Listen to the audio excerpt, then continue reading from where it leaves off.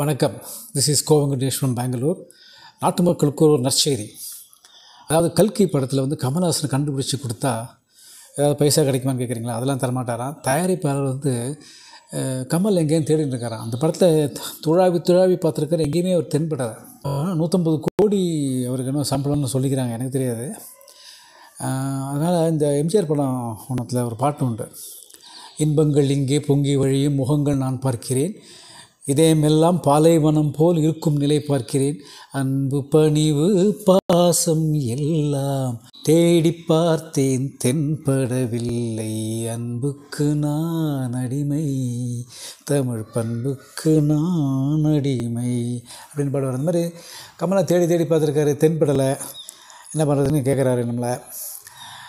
அதே எம்ஜிஆர் வீட்டுக்கு ஒருத்தருக்கு வேலை தரேன்னு சொல்லிட்டு ஆட்சிக்கு வந்தார் அப்படின்னு சொல்லுவாங்க.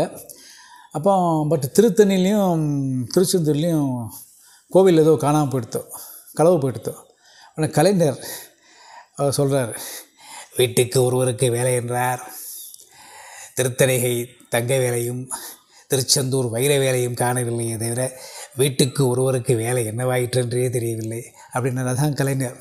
அந்த மாதிரி கண்டுபிடிச்சிங்கன்னா சொல்லுங்கள். கடைசியில் என்ன அப்படி சொன்னாங்க, சார் கடைசியில் வராரு சார், பொம்மை நாட்டு பொம்மை மாதிரி எவ்வளோ கைத்தில் தொங்க விட்டு அதுதான் கமலுங்கிறீங்க, என்ன கதையாக இருக்க, ஏதாவது அனிமேஷன் பார்த்து அப்படின்றார் அவர்.